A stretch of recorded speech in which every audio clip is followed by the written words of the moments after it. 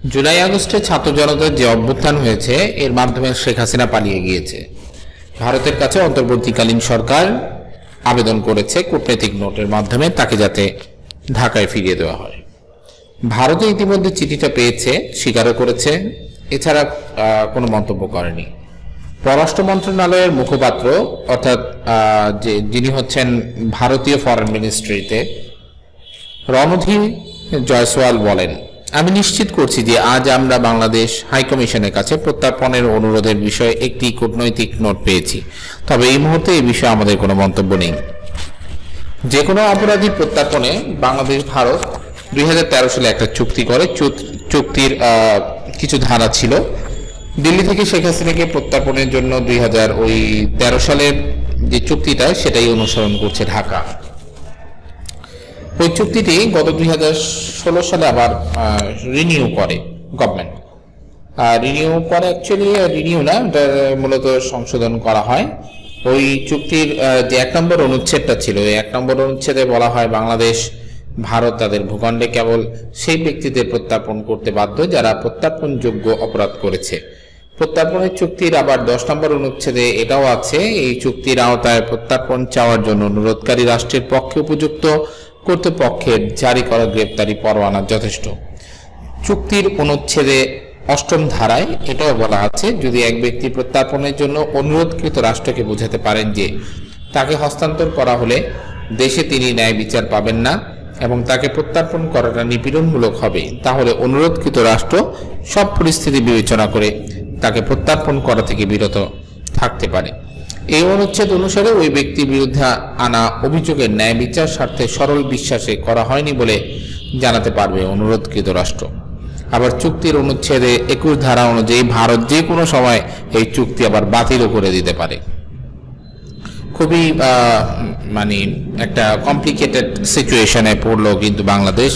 এই ধারাগুলোর যদি এদিকে আমরা দেখি তাহলে আসলে হাসিনাকে ভারত কখনোই ফেরত দিবে না বাংলাদেশে, কারণ এই ধারাগুলোর মধ্যে এতটাই আত্মপক্ষ সমর্থনের যে জোরালো ভূমিকা রয়েছে, অর্থাৎ আসামি তার আত্মপক্ষ সমর্থনের জন্য যথেষ্ট সাপোর্ট পাবে এই ধারাগুলো অনুযায়ী। সো এটা খুবই ইম্পসিবল যে ভারত থেকে তাকে বাংলাদেশে ফিরিয়ে আনাটা ইজি।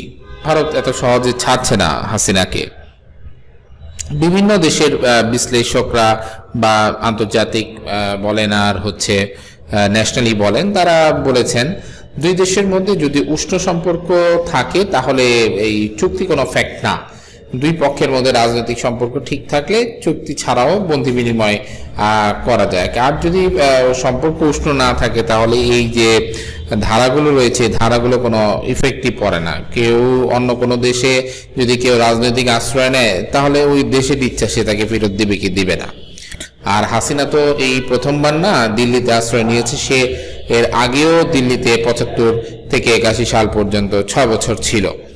আর শেখ হাসিনা ছাড়াও ভারতের এই দিল্লিতে বা ভারতের মধ্যে বিভিন্ন সময় বিভিন্ন রাজনৈতিক নেতারা আশ্রয় নিয়েছে বিভিন্ন দেশের, বিশেষ করে দক্ষিণ এশিয়ার বা এশিয়ার নেতারাই বেশি। তাদের মধ্যে তিব্বতের ধর্মগুরু দালাই লামা, আফগান প্রেসিডেন্ট মোহাম্মদ মুজিবুল্লাহ, এরা তাদের স্ত্রী সন্তান সহই ছিলেন।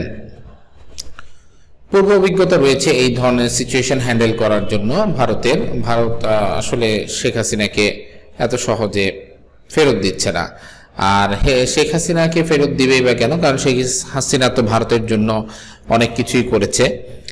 বাংলাদেশের মানুষ এটাও যাতে বলতে পারে যে আগেই ভালো ছিলাম, শেখ হাসিনার আমলটাই ভালো ছিল, এই ধরনের একটা সিচুয়েশনের জন্য হয়তোবা ভারত ওয়েট করছে।